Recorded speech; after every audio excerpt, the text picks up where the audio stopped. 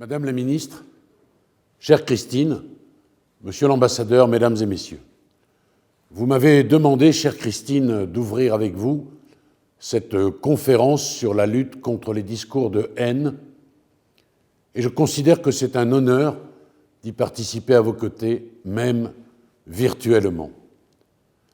Lorsque le nazisme a été terrassé en 1945, nous avons cru l'humanité débarrassée à tout jamais du fléau de l'antisémitisme. Partout en Europe, nous avons espéré que la tolérance et le respect de la vie humaine l'avaient emporté une fois pour toutes sur la haine et la barbarie. Et pourtant, 7 décennies plus tard, nous partageons le même constat. L'antisémitisme est toujours là. Il est là lorsque des cimetières et des lieux de culte sont profanés. Il est là lorsque des enfants juifs ont peur de marcher dans la rue parce qu'ils portent la kippa ou qu'ils sortent de la synagogue. Il est là chaque fois que l'existence de l'Holocauste est niée ou tournée en dérision, à la télévision, sur Internet, dans des spectacles publics.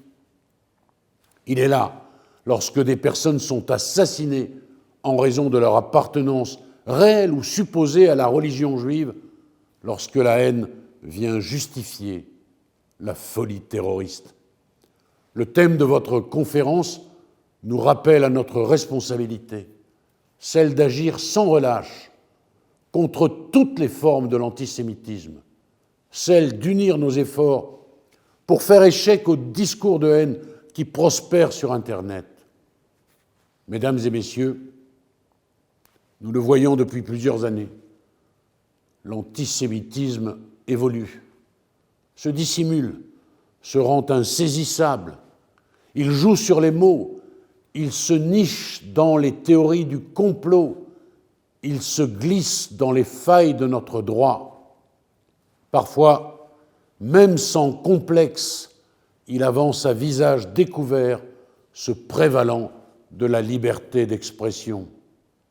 Aujourd'hui, déjouer le fléau implique de savoir le reconnaître. Ne nous y trompons pas, la liberté d'expression est au cœur de l'état de droit. Internet en démultiplie les espaces pour le grand bien de nos démocraties.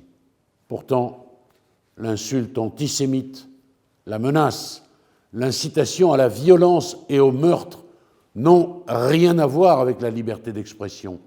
La haine et la discrimination sur le fondement de la religion n'ont pas leur place dans nos sociétés démocratiques.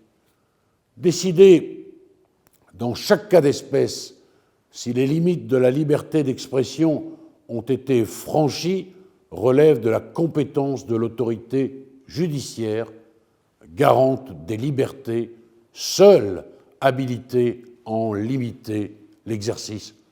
Pour ma part, je n'accepterai jamais que sous couvert d'un prétendu militantisme ou d'une vision dévoyée de la liberté d'expression, la haine antisémite fasse la loi dans la rue ou sur les réseaux sociaux. Je ne me résoudrai pas à ce que les propagateurs de haine puissent, du fait de difficultés juridiques ou techniques, espérer l'impunité lorsqu'ils agressent, menacent ou intimident sur Internet. Ministre de la Justice, je veux donner à la justice française tous les moyens pour confondre, poursuivre et sanctionner les auteurs d'actes antisémites, notamment quand ils sont commis en ligne. Ces derniers mois, de nouveaux outils ont été mis en place pour renforcer notre action dans ce domaine. Un observatoire de la haine en ligne est désormais chargé d'analyser, de quantifier le phénomène, de partager l'information et le retour d'expérience. Il favorisera un meilleur ciblage de l'action judiciaire.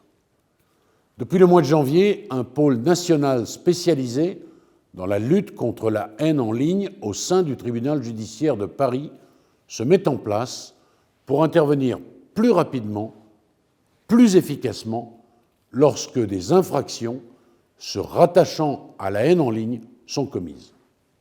La France est par ailleurs en train de renforcer son dispositif législatif. J'ai ainsi proposé, à la suite de l'horrible assassinat de Samuel Paty, la création d'un délit de mise en danger de la vie d'une personne par diffusion d'informations personnelles permettant son identification ou tenant à sa vie privée, quand bien même cela ne serait pas suivi de conséquences.